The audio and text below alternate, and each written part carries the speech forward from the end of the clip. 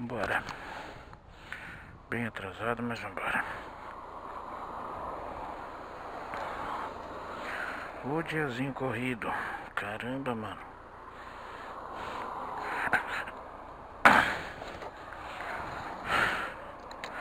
Eu tenho 3 atividades pra fazer ainda hoje, antes de chegar em casa.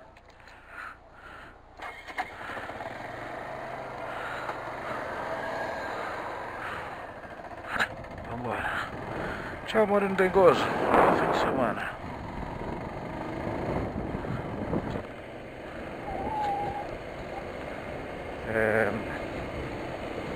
Me atrasei. Não deu tempo de quase nada. Cheguei tarde pra caramba. Corri, almocei correndo. Também fiquei pra lá e pra cá na busca da fralda perdida pro meu filho. Hoje foi complicado, viu? No último vídeo eu tava chegando no Lago do Orochi, né? Pra audiência no sindicato. Foi chato. Não fomos maltratados, nada, muito pelo contrário. O cara do sindicato é até gente boa. Mas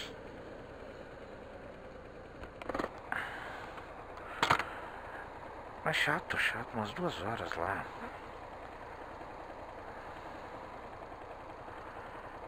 E aí, corre pra voltar pro trabalho, deixar o chefe a par do que tá acontecendo, almoçar. Eu tinha que passar o meu vídeo aqui, compilar, né? Compilar o vídeo pra devolver aqui pra maquininha, pra transmitir em casa, tudo. E realmente muito chato.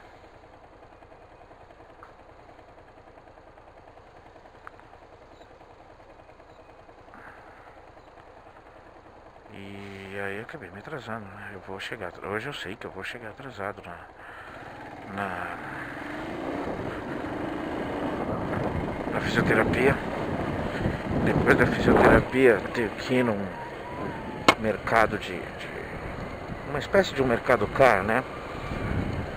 Que tem ali perto também, e comprar material para amanhã encerar o carro, lavar e encerar o carro. E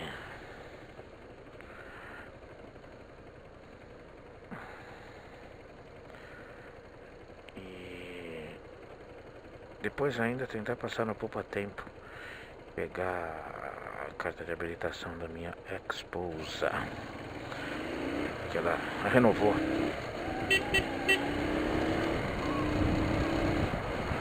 E aí no dia que você precisa, todos os faróis que você pega estão fechados, né? Uma coisa realmente muito bonita. É o Murphy se manifestando, né? É só você precisar.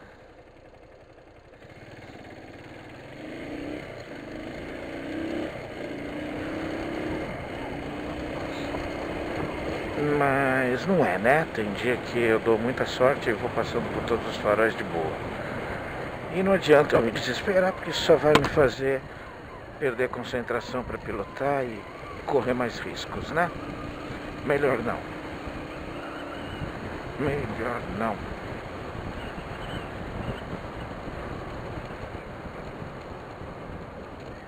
E vamos lá, vambora.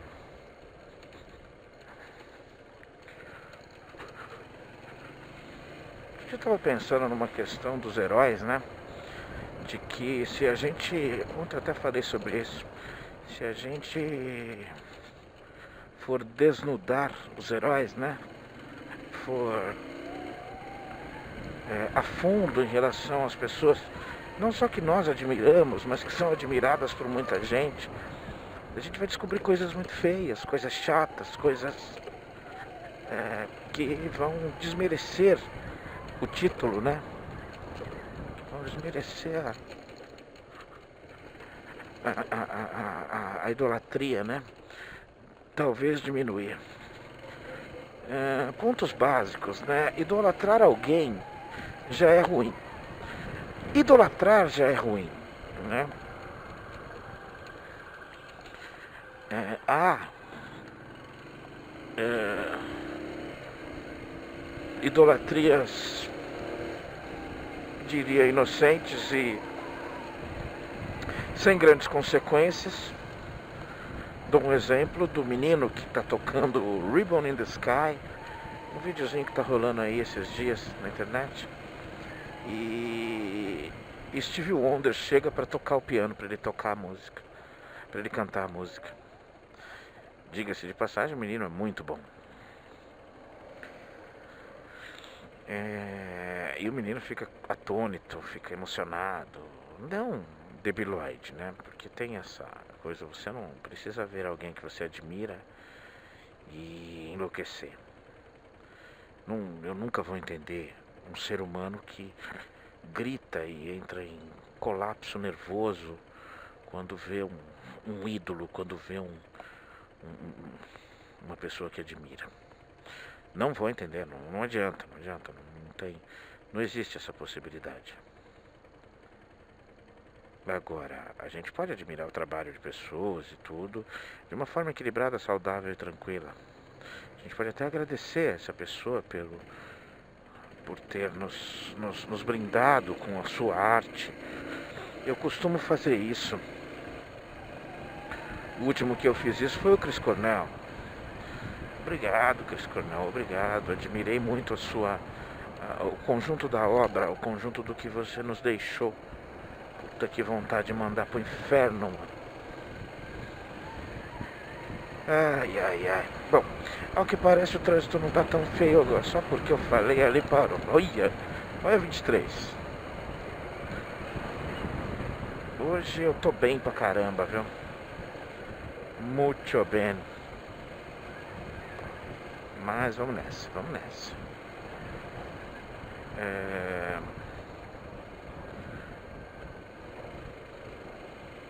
Mas vamos voltar.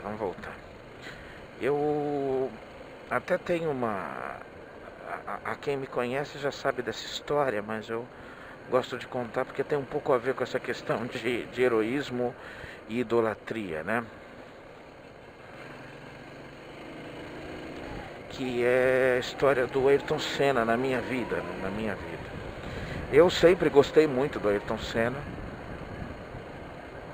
Quando ele foi embora eu estava prestes a completar 25 anos de idade, garoto. E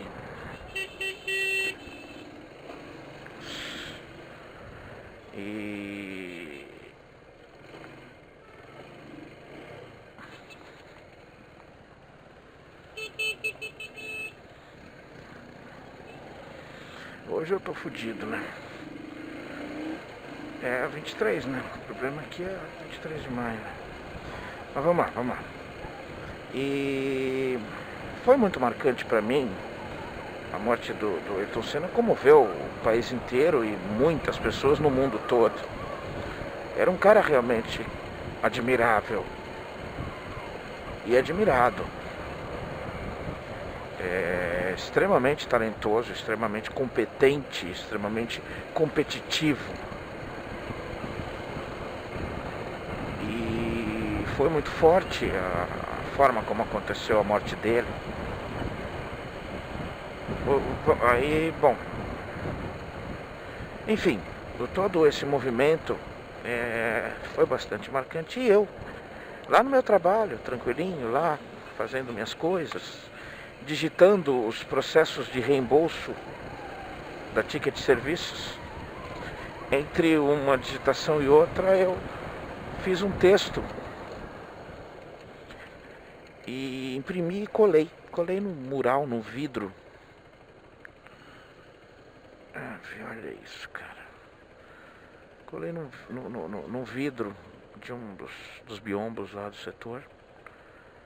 E as pessoas viram e gostaram. As pessoas, que legal, tal. Até o gerente, pra você, tal, bacana. Não se tratava de concordar ou não, se tratava de que estava bem escrito. E eu nunca tinha sido um um aluno exemplar na questão da redação, mas também nunca fui nenhum trouxa, não. Eu sempre gostei de ler, né? Eu acho que isso me deu uma certa prática para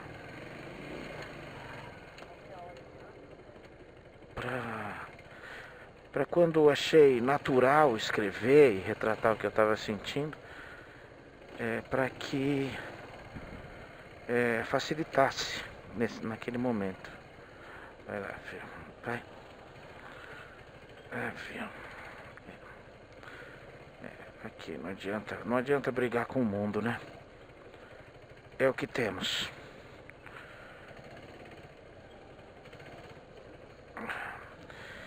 E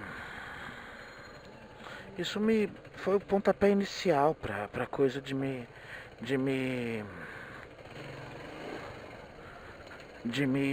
impulsionar para querer escrever. Claro, mexe com a vaidade da gente, né, cara? Isso sem precisar explicar muito, né? Eu ganhei elogios por ter escrito aquilo, né? E lógico que eu não tive grandes oportunidades de escrever mais, mas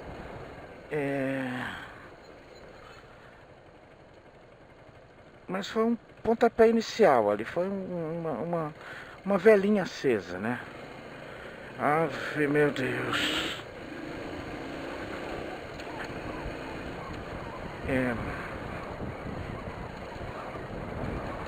Olha só o cara. Esse é dos novinhos. Um Camaro conversível só. Nem gosta de ostentar, né? Quase nada. Isso aqui me parece um conversível também. Voltemos. E mais pra frente, quando eu tive a oportunidade de escrever, eu comecei... Eu peguei novamente na Colômbia. 98, hein? Quase 20 anos atrás.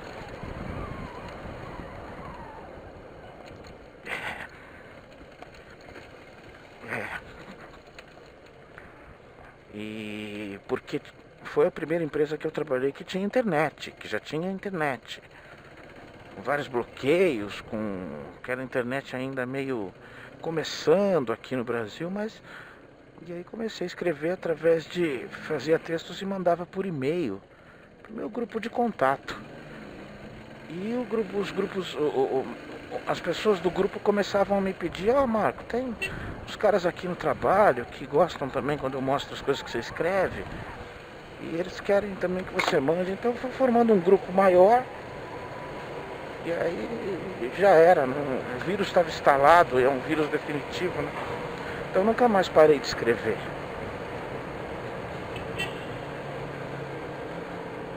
Ai, pronto. E só quis terminar a teoria, né? Mas eu estava falando do Ayrton Senna, estava falando de heroísmo, estava falando de heróis. E aí eu sempre tive, assim, a maior tranquilidade em falar que foi um dos meus maiores ídolos, o Ayrton Senna e tal. E ele foi de muita gente mesmo. Só que sempre tem o só, sempre tem o mas, sempre tem o porém, entretanto. Eu fui sabendo mais coisas. E aí eu fui obtendo uma tradução melhor do que era esse cara. Bom, vamos deixar claro, o cara namorou a Xuxa e a Adriane Galisteu.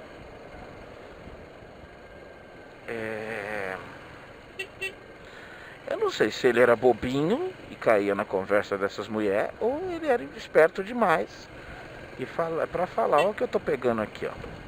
Mas a questão é que ele era um cara que sabia trabalhar muito bem a imagem dele. Ele trabalhava extremamente bem.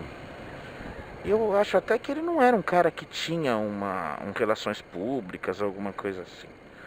Ele foi um cara que ele trabalhou muito bem a questão da forma como ele aparecia, né? Como ele publicamente era tido, né?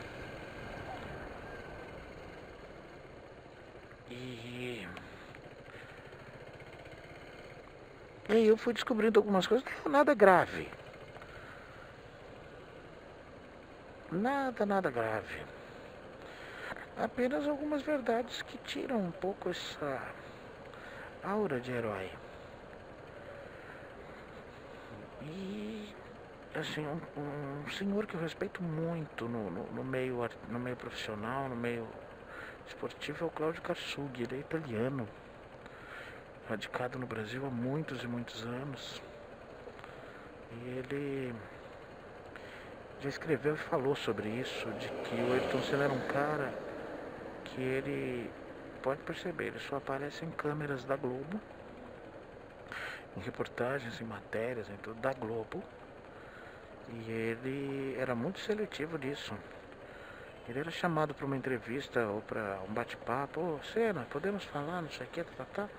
Ele simplesmente, de onde é? Jovem Pan? Ah, não. Fala com a minha assessoria. Simples assim. Isso não que denegriu a imagem, mas diminuiu a imagem de um grande cara, né? E aí, em alguns momentos também ouvindo algumas coisas de pessoas que estiveram com ele e que não tem nada a perder. Quer ver um cara que não tem nada a perder? Nelson Piquet. Aliás, o Nelson Piquet fez uma coisa que foi de enorme grandeza para mim, que eu também já posso falar sobre isso. Vamos aproveitar o meio automobilístico, né, que o brasileiro é tão apaixonado. Claro, né? Irresponsável do jeito que é no trânsito, nada mais natural que o brasileiro seja um cara apaixonado pelo automobilismo, né? Pela velocidade nas pistas e fora delas, né?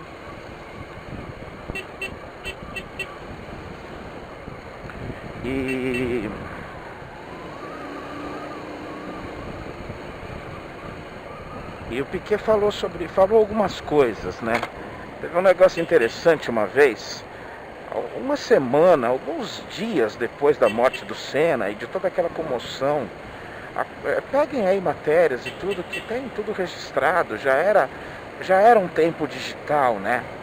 Você encontra muita coisa da chegada ele é paulistano, aqui da Zona Norte.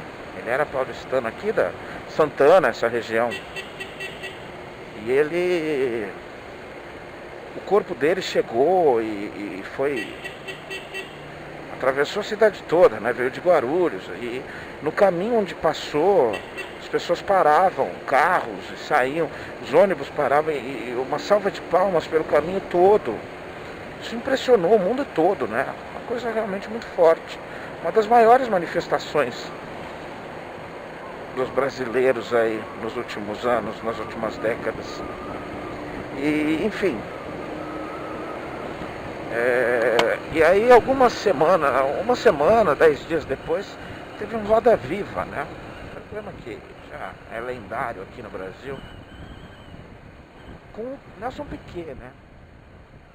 E o Nelson Piquet deixou muito claro que ele participaria para falar da carreira dele, né? E não era segredo nenhum que eles não se bicavam. Não existia nenhuma acusação, nada. Não existia nenhuma novelinha, não. Nenhuma... Era questão de que não eram amigos, não precisava ser. Não tinha importância ser ou não ser amigos para eles dois. Acho que os métodos eram diferentes, os processos eram diferentes.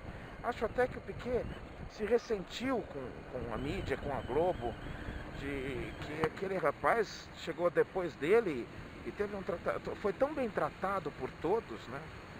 Claro que existia uma empatia, uma simpatia muito grande pelo Senna. O Senna era um cara muito simpático mesmo. Mas enfim. E o Piquet começou o negócio e começou a rodada de entrevistas e primeira pergunta sobre o Senna, segunda pergunta sobre o Senna, terceira pergunta sobre a morte do Senna. E na terceira pergunta ele falou: gente, vamos fazer o seguinte, eu vou responder.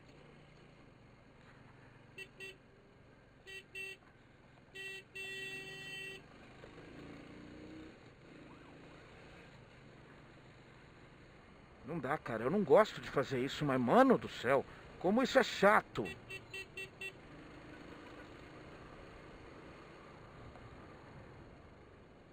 Tô com bastante pressa, gente. Desculpa aí, porra. Mas não dá.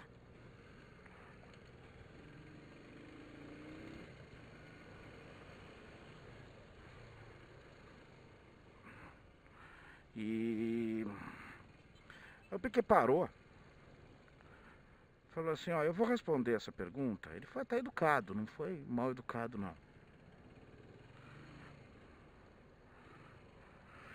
Ai, mano, puta merda, velho.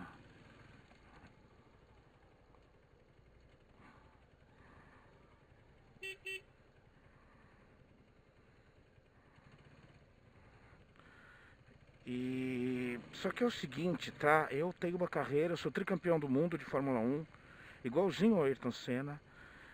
Eu não tenho nada contra ele, mas todo mundo sabe que nós não éramos amigos. Ele foi extremamente sincero e correto na resposta dele. Só que eu vou explicar uma coisa para vocês que seria legal que vocês assimilassem e me entendessem. O Ayrton Senna, ou um piloto de Fórmula 1, ele é um dos caras mais bem remunerados do mundo, porque ele participa de um esporte que você anda 300 km por hora e a qualquer momento você pode morrer. Então você é muito bem remunerado por causa disso.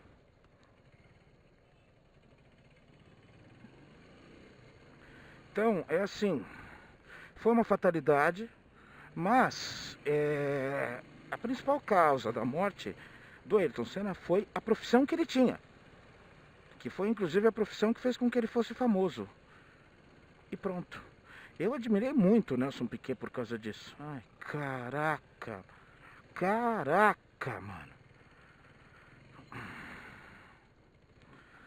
Puta que pariu. Hoje tá muito foda, cara. Hoje tá pior do que o normal. Pior. Quero nem ver a hora. Não vou ver pra não ficar mais nervoso.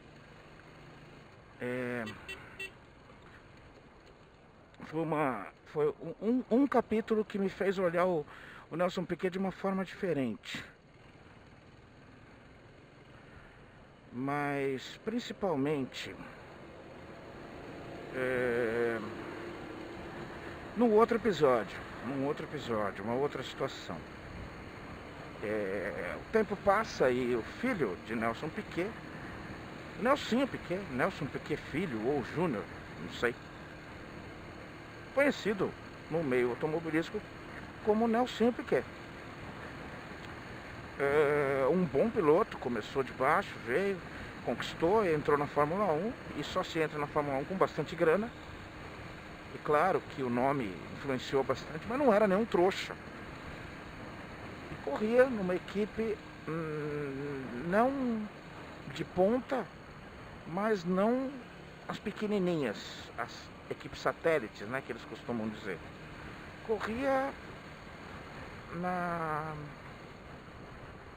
equipe Renault, boa equipe. E aconteceu um acidente muito feio num daqueles grandes prêmios noturnos naquele ano. E o Nelsinho, com ele, bateu na reta dos boxes ali, na reta principal do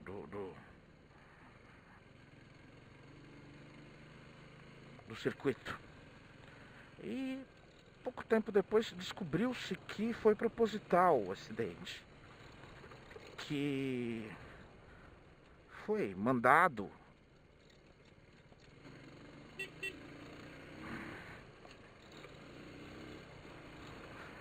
ai, que medo.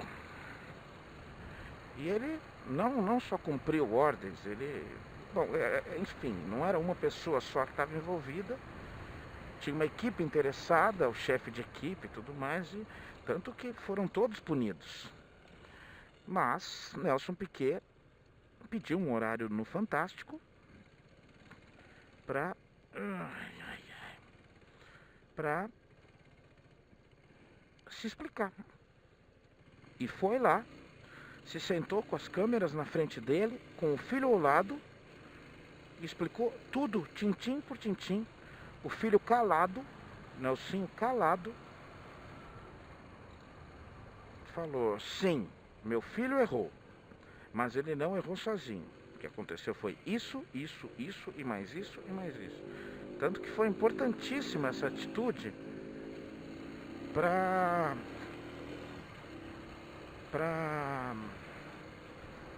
a conclusão do caso e a determinação de todos os culpados. Mas a atitude foi grande do Nelson Piquet. Foi uma atitude enorme dele. Poucos fariam. Ele pegou o filho dele e foi na frente da televisão, no programa de maior, se não um dos programas de maior audiência na televisão brasileira. E que tem, como é que se fala? Tem repercussão mundial, sim.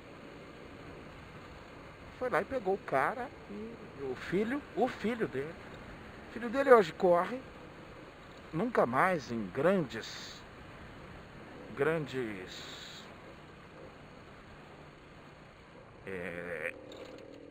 badalados.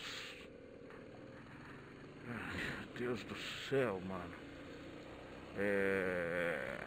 Categorias, né? Mas não é nem um trouxa. É um pouco discriminado no meio automobilístico. As pessoas de certo caráter não confiam, não se juntam, não há uma grande amizade, efetivamente. Mas essa atitude do Piquet realmente me fez continuar repensando a estrutura do que eu tinha feito, de quem é o verdadeiro herói numa escala entre ele e o Ayrton Senna, né? É impossível não ter o comparativo, cara. Sem clichê. É impossível não comparar. Eu até coloco, o Piquet foi um cara que enfrentou muito mais problemas, enfrentou muito mais coisas.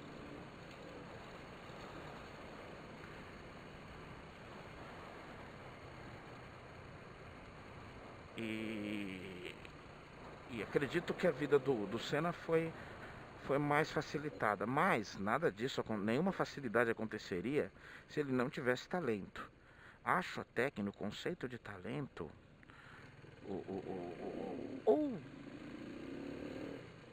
não só talento, né? Não acho que seja talento o termo, né? O Piquet era mais arrojado, o Senna era mais arrojado. Arrojado no sentido de colocar, de arriscar. O Senna arriscava mais, tanto que ele batia mais, ele tinha mais acidentes. Mas, na maioria das vezes, dava certo. Piquet era um cara mais técnico, não que não tivesse feito bobeiras. Tem até um episódio básico dos fãs do Piquet, né? Que uma coisa que eu acho chata é que os fãs do Piquet são pessoas que odeiam o Senna. Eu acho que não precisa isso.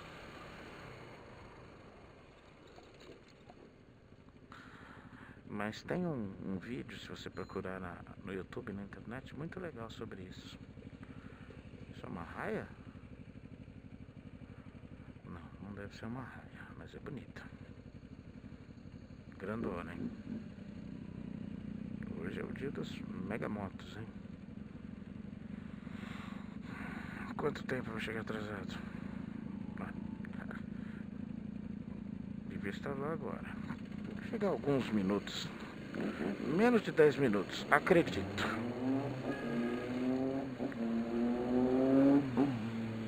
E esse vídeo mostra uma das raras corridas com os dois juntos e uma disputa entre os dois. Onde o Piquet dá um show no Senna. Ele faz uma ultrapassagem perfeita, uma coisa de enganar, fingir que vai para cá, ir para lá, voltar e ganhar a posição. Vamos deixar claro que o Piquet ganhou o tricampeonato dele, o Senna já estava numa grande equipe, tá? E isso sim eu entendo se houver uma mágoa, porque o terceiro título do Piquet mal foi divulgado. O gênio dele era diferente, eu acho que ele nunca foi um cara que ele se preocupou com, ainda bem, né, com o que estavam pensando ou achando dele, né. Ele tomou as atitudes que ele achou necessárias para ele, né. Alguns pontos. Ele teve uma época que ele tentou se naturalizar cidadão português, porque isso facilitava a, a locomoção dele pela Europa. Ele morava em San Marino, então ser um cidadão europeu ajudava. Numa época em que isso era muito raro. Hoje o jogador de futebol já vai para lá com a cidadania, para poder dar uma maquiada na questão de número de estrangeiros nos times, né? Mas eu estou misturando as coisas aqui. E ele foi muito criticado. E ele mandou. Quem veio criticar ele mandou pra puta que pariu. Rápida e tranquilamente. E ele falava, quando eu precisei de ajuda, ninguém me ajudou. Agora, vem aqui criticar porque eu tô tomando uma atitude de cunho pessoal? Não enche meu saco. Não fiz o suficiente pelo país? E posso dizer, ele estava coberto de razão. Coberto de razão. Pode não ter sido simpático, bonitinho ou fofinho. Pode não ter namorado a Xuxa ou a Garisteia, as Maria Chuteira do automobilismo. Mas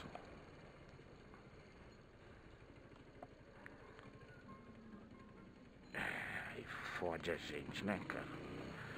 Mas na pista fez o que devia fazer e foi muito bom nisso.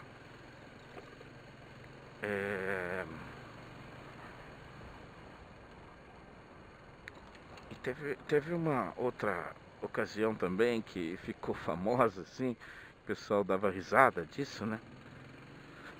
Ai, meu Deus do céu, eu não posso ficar nervoso, cara. Não consigo nem andar direito. Que ele estava tratando de uma separação no fórum. Ele é de Brasília, né? Parece, ele é de Brasília.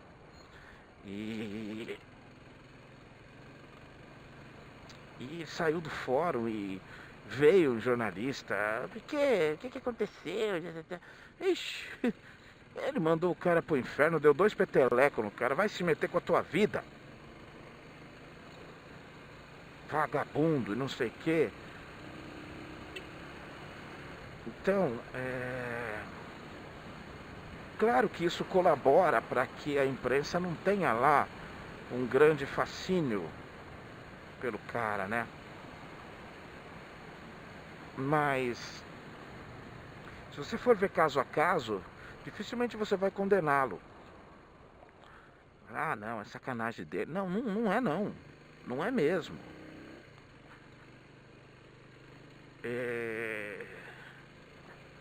Tava certo em falar e em fazer o que ele fez. Na maioria das vezes. E aquela coisa, se errou, errou, cara.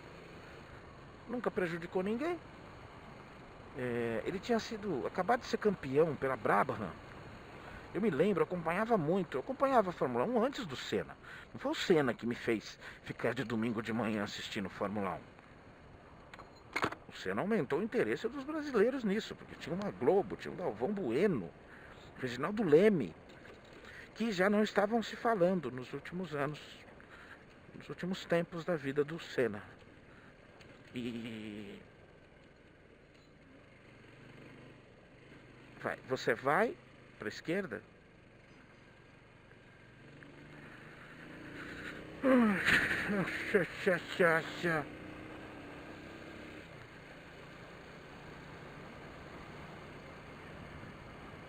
Agora,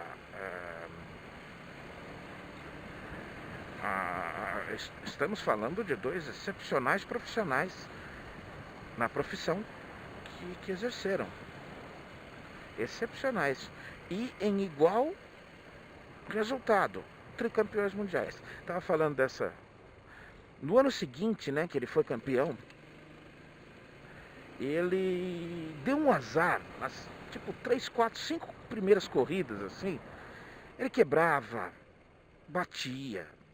Tava ruim, não, acho que só quebrava. E, enfim, tava difícil de acertar ali com a equipe, com o carro e tal.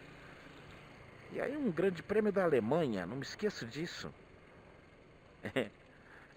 E nesse ele tava bem. Ele, vixe, fez pole position e tava insuperável, tranquilaço na frente. Ganharia aquele grande prêmio. Ou seja, era a volta das vitórias e tal. Ele foi passar um retardatário numa Shinken, né? Aquelas assim, ó. Isso. Ele foi passar um retardatário e o cara errou. O cara errou. E enroscaram os dois carros, ele saiu. Mano, pensa num homem bravo. Olha, eu vou te falar, mano. A quantidade de coisas que podia dar errado no trânsito hoje, acredito que 100% delas aconteceram. Menos o mais grave que seria acontecer alguma coisa comigo. Mas, mano do céu. 2 ônibus seguidos, quem é que pega isso? Mas tudo bem. Até que na medida do atraso possível, nem foi tanto. Falei, ó, 7, 8 minutos. Mano, esse cara desceu do carro dele, os 2 carros no lado de fora da pista, e ele só deu uns 3, 4 peteleco no cara. E o cara tipo assim, fazendo, tipo, desculpa, né? Mano, foi muito engraçado. E completamente, mais uma vez, completamente compreensivo. Uma situação dessa. Mas foi engraçado demais. Ele ficou puto, Ele não fez posezinha pra televisão, ele deu na orelha do cara.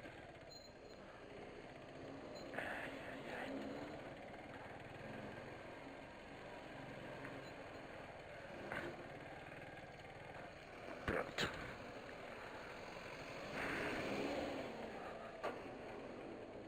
Não sabia que existia uma Meriva Super Sport. Não sabia. Nunca vi. Ou não me lembro de ter visto. Bom, gente, até mais tarde. Etapa 1 de 3.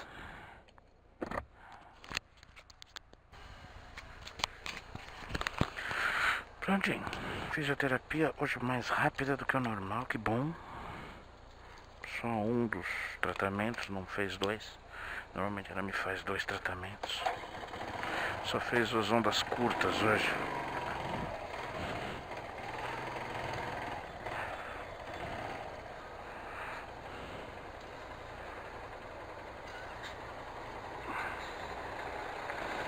E tá feio o negócio aqui. Vamos, filho. Vamos, você vai pra lá. Aí, isso, eu vou com você.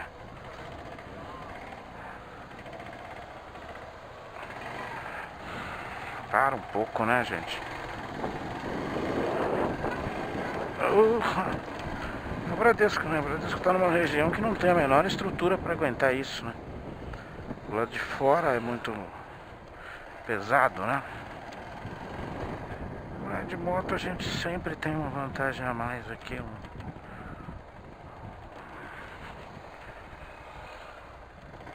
Uma forma de escapar mais rápido das coisas, de tudo.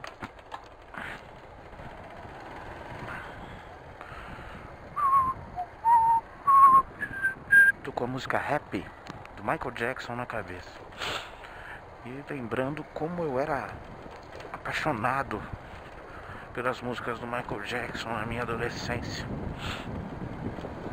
Eu me lembro que quando eu fiz uns 14 ou 15 anos, a minha mãe me deu de aniversário não era um Walkman, era um Radioman, sei lá como é que chama isso. Tinha um nome. Era um Walkman de rádio, só tinha rádio. Não tocava fita, CD, nada. E eu simplesmente amava aquilo lá. Ouvia o dia todo, sempre que possível. E como eu estudava lá no Bom Retiro, né? Eu no trem, no ônibus, tudo, eu acho que foi quando eu fiz 14. Eu acho, não sei, não lembro. 13 ou 14 ou 15, não deve ter sido 15. Aqui, ó, já saí na AutoZone. É aqui que eu vou, mano. Aqui, ó. Aqui, ó, já tem estacionamento das motocas. Gostei disso. Aí, olha ali, ó. Parada 2. Espero não demorar. Eu não gosto do atendimento aqui que demora muito. Até já, gente. Vamos lá. Segunda parte feita. Vamos para o último compromisso. E vamos embora para casa depois disso. Vamos lá. Recuperar a carteira. Recuperar não, né? Vamos pegar mesmo a carteira de habilitação da patroa. É renovação.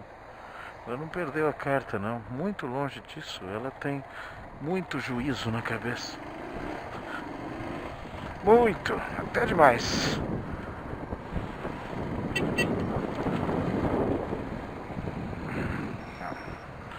que tá rolando aqui? O que vai acontecer aqui? Beleza, dei sorte nesse farol que ele é chato pra caramba.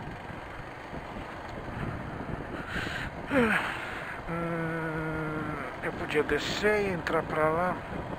Acho que é a melhor opção, né? Espero que eu não esteja errado. Não, eu desço no Shopping União.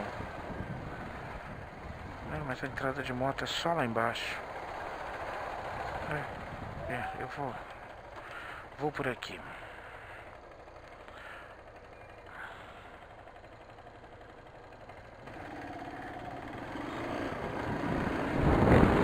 Sei que amores imperfeitos são as cores da estação.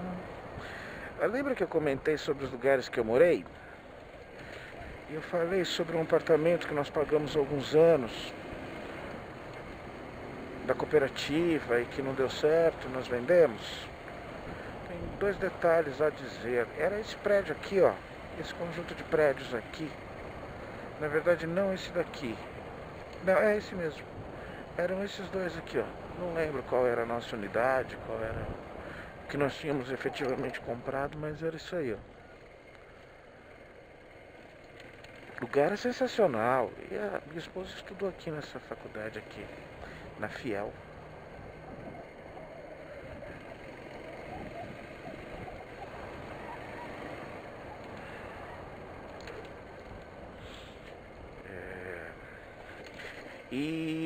E eu esqueci de uma coisa, eu não sei se eu posso considerar como um 24º veículo também lá na cronologia dos veículos, porque quando nós vendemos aqui,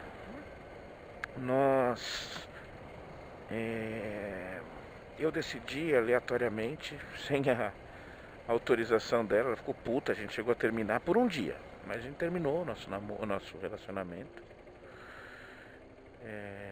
A pessoa nos pagou com uma quantia X em dinheiro e mais um carro, um Santana, novíssimo, um Santanão, carro fudidão. Isso foi em 2003, acho que foi isso, de 2003 para 2004. E o carro era 98, 99. Lindo carro. Dirigi ele 2 vezes na minha vida. Uma para levar ele lá pro Sidney. Sidney nessa época tinha uma agência lá na Mutinga, uma agência de carros. Tá certo, né, brother?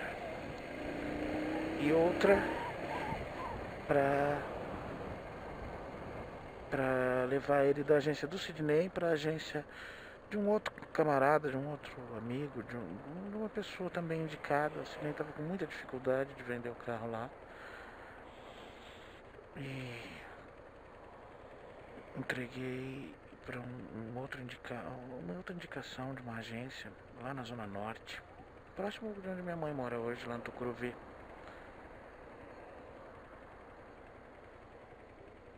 E lá foi vendido mesmo, foi vendido até rápido. Uma semana, 10 dias vendeu o carro.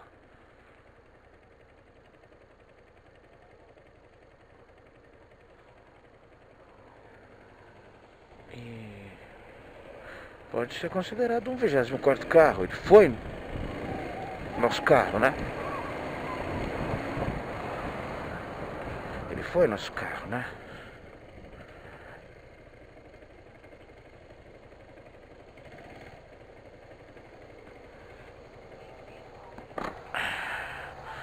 Aqui poupa tempo.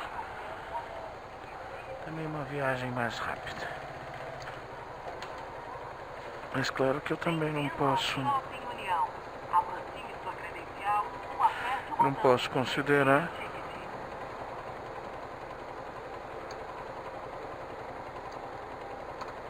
considerar que eu morei também. Aí não dá, mas foi uma casa que nós tivemos. Foi inclusive a primeira casa que eu e a Glaucia tivemos, né? Aqui é um sisteminha mais tchuk-tchuk. É bacana aqui a forma como é feito. Prático, fácil.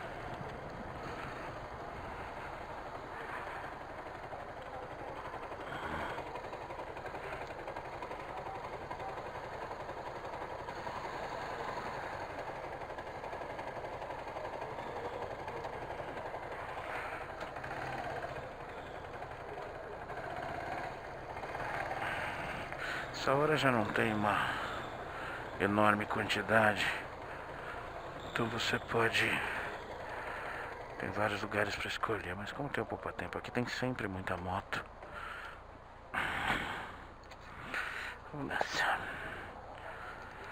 Essa etapa 3 será concluída daqui a alguns minutos. Eu estarei de volta.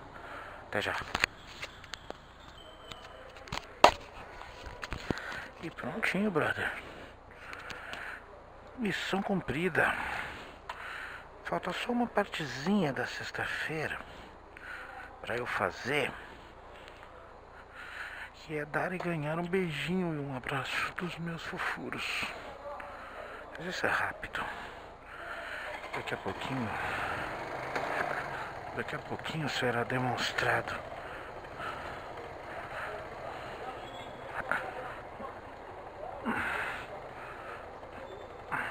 Vamos lá? Você vê, ó, como é que o bagulho é todo tumatiquinho. Tudo tranquilo. Não precisa se preocupar não, carro.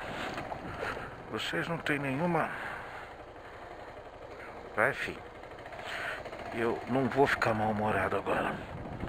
Fiquem tranquilos. E ó, como eu já passei lá, eu tenho aqui a saída sossegada. Agora acho que eu vou pela Vidiária de novo. Aquele mesmo inferninho ali do Bradesco. Mas vai estar um pouco menos agora. A pior parte já foi que é às 5 da tarde ali. Entre 5 e 5 e meia, com certeza. Fim de semana eu tenho programado o seguinte, repassando a agenda. Já tenho certo. Amanhã pela manhã, espero chegar às 8 horas. Lá no Jardim Ardini, Zona Oeste, Pirituba, muito próximo da Anhanguera. Próximo do Motel Drinks da Anhanguera, próximo do quilômetro 16, 17 da Anhanguera. Casa do Júlio César Santiago Ribeiro. Um cara que me oferece muito mais atenção, carinho e preocupação do que eu ofereço a ele.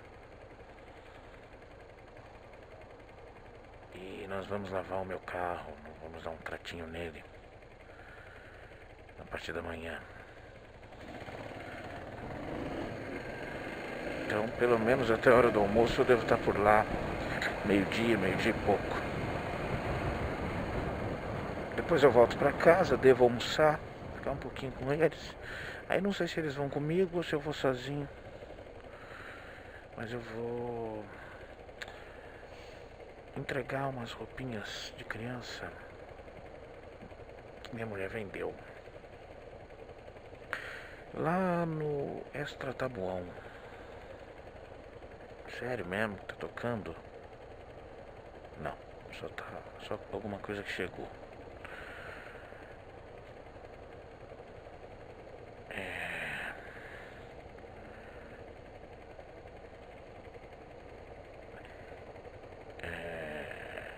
Minha mulher conseguiu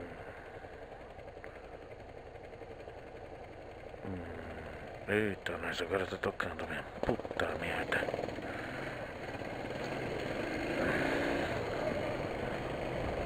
Deixa eu ver isso. Não é não, é mensagem.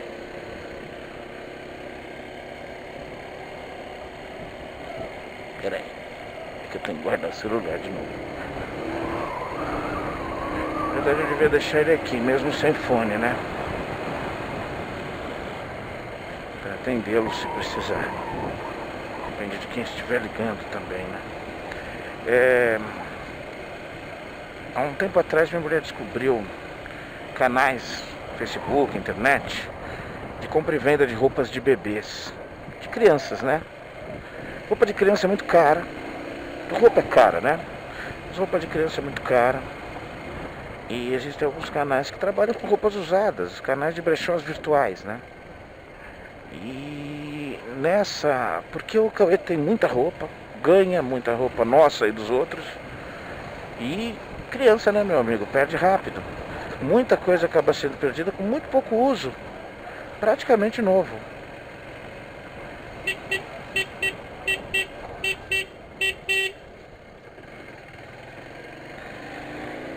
Imbecil. Não se tocar com isso é sacanagem, né? Só ela. E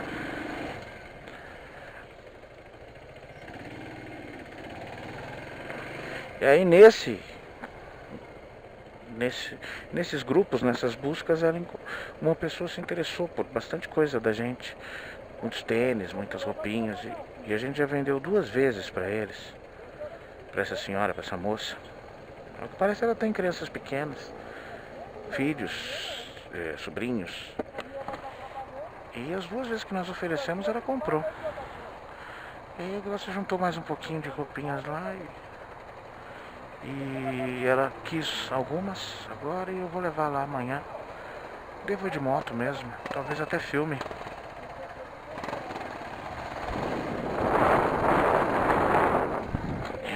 Tenho vontade de ir nesse boteco aqui, ó. Eu acho bonitinho aí. E esse aqui também, ó. Esse é outro boteco que eu namoro, ó. Oficina Pizza Bar. Eu acho uma graça, acho charmoso.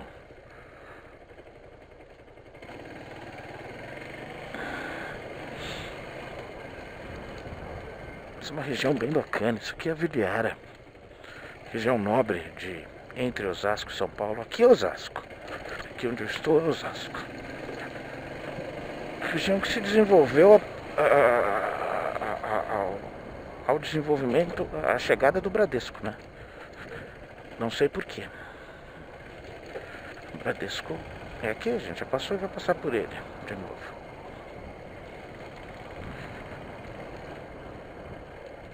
Aqui, nessa esquina aqui, mora um primo muito querido,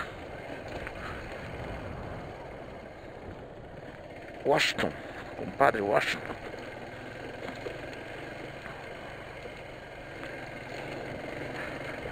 E era bro. Viu como tá mais calminho agora? Um pouquinho mais sossegado.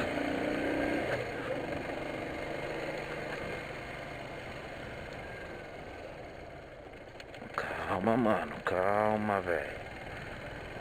Não é jeito de sair dessa rua não, brother. Ô, seu cru. Isso aqui é um shoppingzinho. 2 amigos meus, muito queridos, montaram aí um restaurante com com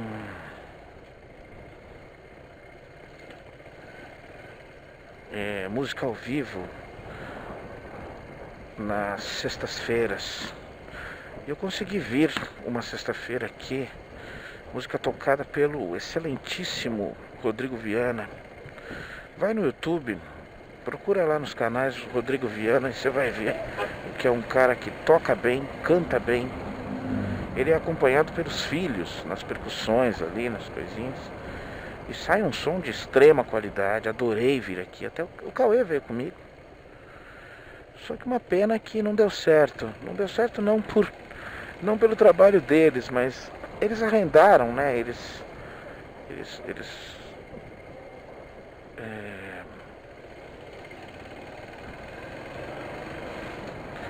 assumiram o restaurante de uma pessoa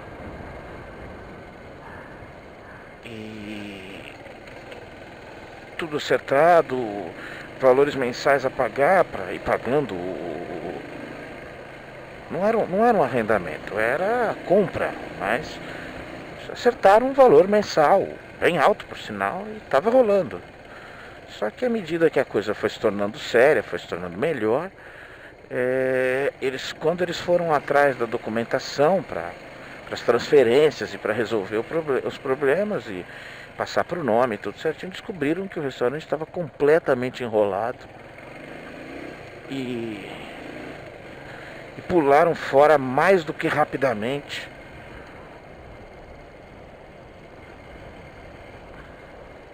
E Claudito voltou para o ramo de comércio de veículos. Ele trabalha ali na concessionária da Honda. Tá tudo bem com ele.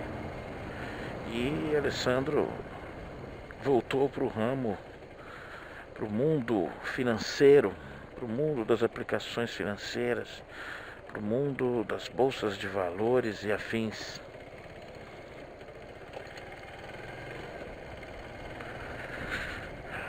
E todos ficaram bem, mas perdemos um lugar.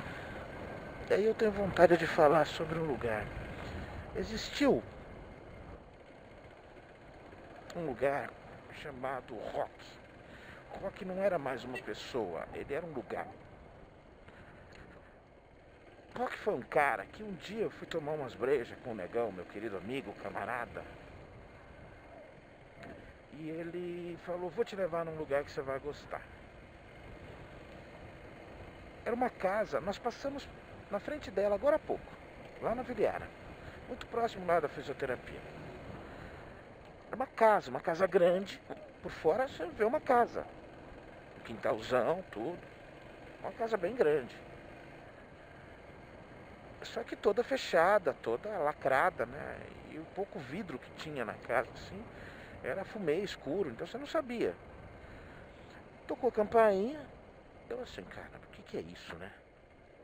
E aparece um rapaz, senhor, de no máximo 1,55 m de altura, magérrimo, muito magro, extremamente simpático, extremamente educado.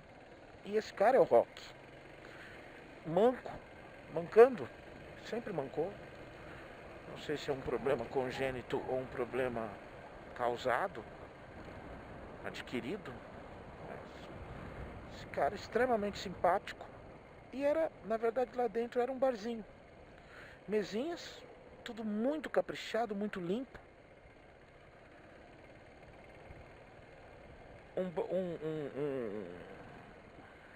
Um palco pequeno e modesto, com muito bom som instalado, não alto, mas de boa qualidade mesmo. No palco, um rapaz com a voz do Caetano e a aparência do Djavan, chamado Bilo Mariano. Também procurem aí no YouTube, Bilo Mariano. Bilo Mariano tocou no lançamento do meu livro. E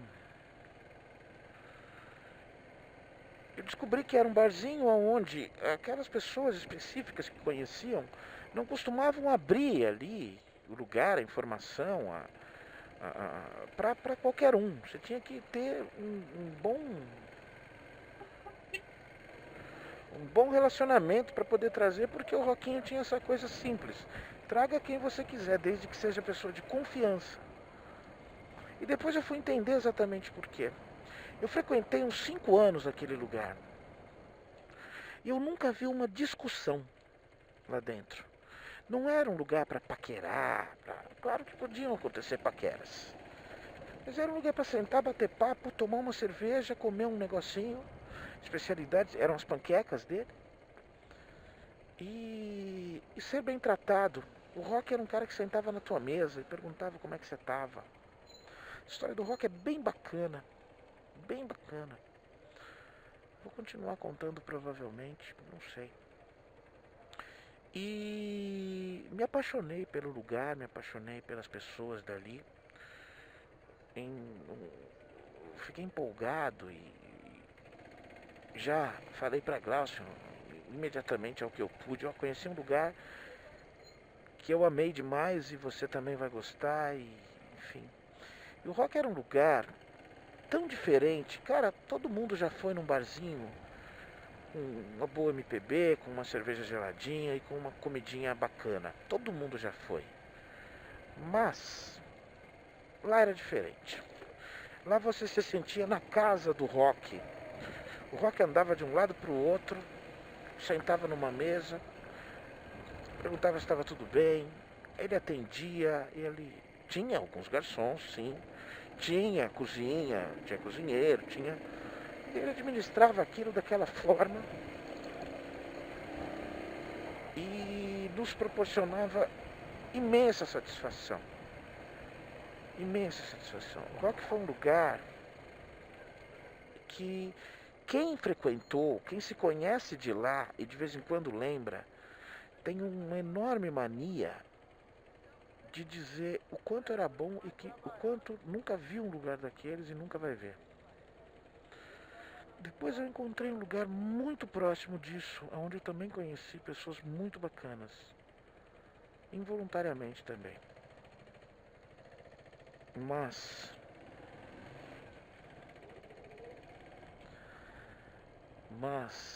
igual ao Rock efetivamente, e pelo tempo que nós tivemos para desfrutar lá, eu vou continuar falando do Rock. Talvez amanhã, na viagem de entrega das roupinhas infantis, né? Gente, a princípio, um bom fim de semana para todos. Um ótimo Dia dos Pais, mas infelizmente quando virem isso aqui já não vai ser, mas vai ter passado o Dia dos Pais. De qualquer forma, beijo a todos.